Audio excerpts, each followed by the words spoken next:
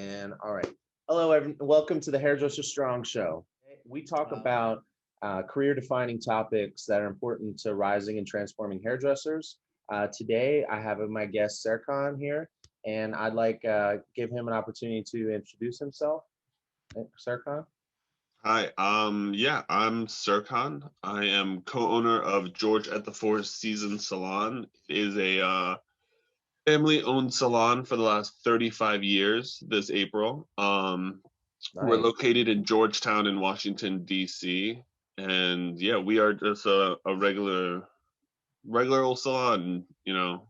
Yeah, well, he's being humble. It's one of the longest running salons in DC, Yeah. and it's in the Four Seasons, so it's considered one of the top. Yeah, we're located in the Four Seasons Hotel. I've been there for about 17 years this August, which is crazy Nice. to have been there. I was lucky enough, I started my career there, assisting my father and my older brother, and now like have become co-owner with them and everything. So it's pretty amazing. Yeah, that's an awesome story. I love that. Yeah. Awesome. Okay, cool. Well, let's jump right in. We're going to talk about salon versus suite. So I guess off the break, we know that you're a salon owner. And have you ever worked in a suite yourself or on your own solo? No, I've never had the opportunity to be like solo per se, but I've always worked in a salon. I've I've assisted in other salons occasionally, but like it's always been in a salon. Okay, cool. Well, so from your perspective, as you see it, what would you say the pros and cons of, let's start with the salon. Like, do you, as you, like, using your imagination and based on your experience and like people you have experience, what do you believe the pros uh, are of working in a salon and versus a suite? Um, I think it's just it always comes down to the teamwork, right? And it's having that culture of stylists to work with, to learn from, and a support staff to be there for you, right? If I'm solo in a suite, I don't have a support staff. I don't have shampoo techs. I don't have a receptionist. I don't have those those support positions, to help me to be able to juggle 2 to 3 clients at a time. Now, right now, we're unable to do that due to COVID restrictions. So that kind of seems like a perk for the suites right Yeah, now to be able to have less bodies in there, totally. right? But I think during non-COVID times, the salons had the pros on that, where, if I was falling behind, I can think of multiple times a day or multiple times a week where I had another stylist who was slow or free, was like, hey, can you help me knock this client's style up? And then two of us are blow drying a client at the same Yeah, time, you yeah. know? Um, Um, I okay, also so, always think that kind of a pro of being in a salon is education, right? Is those product companies and color companies cater to those bigger salons more because they have bigger purchasing power. So you're getting more in salon education and stuff like that. Now that those kind of pros work better in good salons, right? Where you have a great culture of teamwork, great education right. systems, great. If you have a salon that's not doing that for you, yeah, a suite that's doing great where you're by yourself, you have full control, you know, sounds a lot better. Right. So if you work, as long as you don't work somewhere, as long as you work somewhere where they're investing in their staff and Yeah. in terms of management, communication, and culture and education, then that's a huge plus versus Yeah. being in a salon that doesn't necessarily do that. I think that's a pretty big that's a And pretty yeah, big I selling point. think too for stylists, right? One of the big differences between a salon and to kind of go back to that like support staff point, and I do this as an owner, and it's there are things I like to do, and there's things I don't like to do. And when you're in a suite, you have to do everything. You wear every hat, you know? Like if you don't like doing shampoo or paperwork or whatever, you know, you have to do every aspect. Now there's an awesomeness of it, of that in being a suite owner where you're taking responsibility and full ownership of stuff. Right. But as a stylist, you know, you there's more delegation, right? You Yeah. can it's easier to So have an assistant or a receptionist confirming phone calls or talking to receptionists. I hate talking to people on the phone. It is like my biggest pet peeve in life. And you know, like if when it comes to personal, I'm like asking my wife, I was like, can you call the cable company? I can't do it. Like I can't be on the phone with customer service.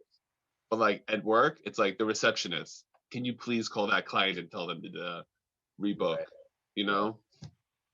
So it sounds like I don't know, maybe the type of stylist that can make it on their own is the perfect might be the perfect employee. Like someone who understands the business, maybe not the person who wants to be by themselves, but the person who I is think it's able to wear many hats. I think yeah, the perfect person for a suite, I think, is the person willing to learn and all that, but it's also like the person who's self-motivated, right? Right. I I I mean, think wouldn't you love to have a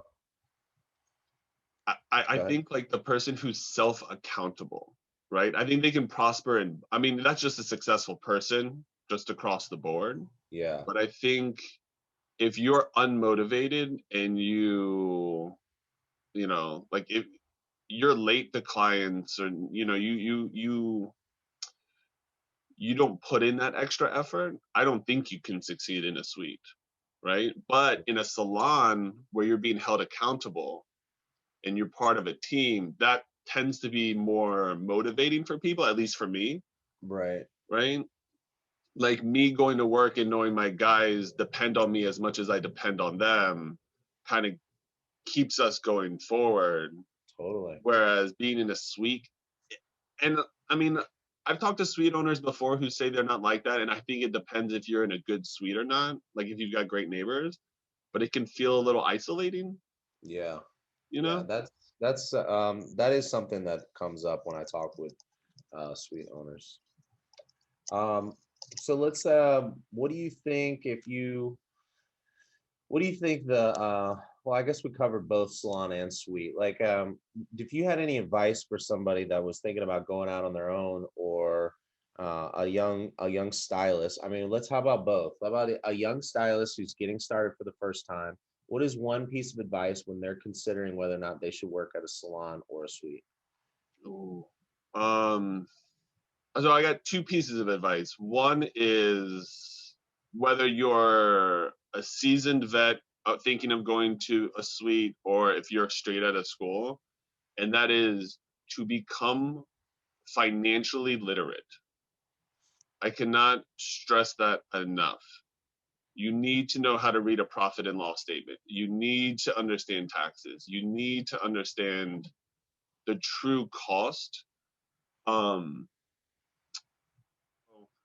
I think talking to a bunch of suite owners and kind of, you know, figuring it out if that's for you, if, Okay, you know, what their struggles are worth it for you and if their rewards are worth it for you.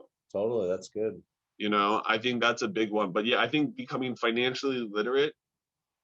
And then I think for any new stylist, whether they're deciding a salon or a suite, this can be a super scary job. I think when everyone's straight out of school, I know it was for me. I Yeah, yeah, was I was super like I think beauty school kind of pumps you up a little bit and you're like I'm gonna knock them out when I get in that chair and then you like have your first 5 clients and all of a sudden you're like holy shit, I'm about to screw this lady's hair up. Where do I go to for help? And then you turn around and you're in a suite and no one's there. You know, totally. I can't, I mean, I'm such a big supporter of being an assistant and being an apprentice straight out of school. And having that, again, support system from, other stylists and assisting somebody. Yeah, I mean, I think if you're straight out of beauty school and you can do the suite, I know there are people who have done that and it's great, but I also think that if you still need to find a mentor at some point. Yeah. Yeah, I think that's good. Like some having some sort of support, but is something to consider. But I really like the part where you're saying, do your homework, make sure you really understand what you want out of your career and what type of risk you're willing to take and Yeah. what type of challenges that you're looking forward to overcome just when you're starting out on your career and you're still honing your craft. I guess it sounds like the question is, do you really want to be worrying about learning how to read a profit and loss statement Hmm. and deal with all the other administrative functions of a salon? I think that's really good advice because some people might want to, and they might want to brave their career path from the beginning on their own, Yeah. and some people might appreciate kind of building up their craft and experience first. I've talked to a lot of young stylists who they want to open up a salon and or go out on their own eventually, but they appreciate that they're not really ready in skill level, but also in learning the functions of the salon.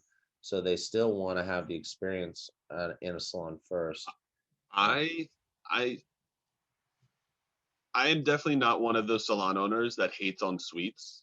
I think they're great, actually. I think there is a there is a time and a place, and I think there is a type of stylist they work great for.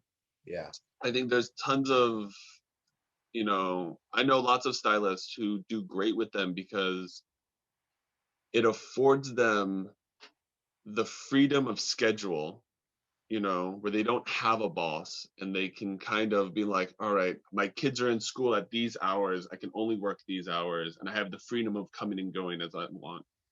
I think it totally works. I think it's especially great for somebody who wants to get their feet wet in salon ownership.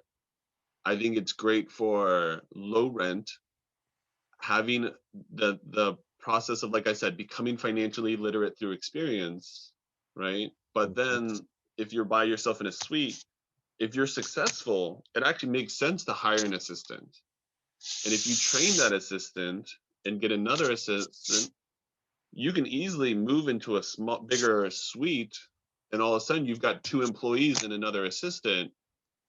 And all of a sudden, if you do that correctly, you could move into an actual retail space with three employees right there with a new assistant. right, You yeah, know, it's a very kind of like soft opening into salon ownership. So yeah, I mean, I think there's room for both models in this industry. I don't think one's going to replace the other, you know, totally, totally. anytime soon. But I don't think so either. I think yeah, some people just want to do hair and go home, yeah, and some people want to do the whole rodeo. yeah. And I And mean, we didn't get into it, but there is the whole like having a salon and it not being commission and only rent, right? And right, you can have the pros of the salon with the pros of the suite. Now, there's right, still, I think there's a lot of cons in that model too, but there's pros and cons to every single model, right? And it's, as long as you can get it to work, it works. yeah, absolutely. Yeah. All right, cool. Well, this was great. I think a lot of stylists and especially rising stylists will get a lot out of this. So thank you very much My for pleasure, man. contributing.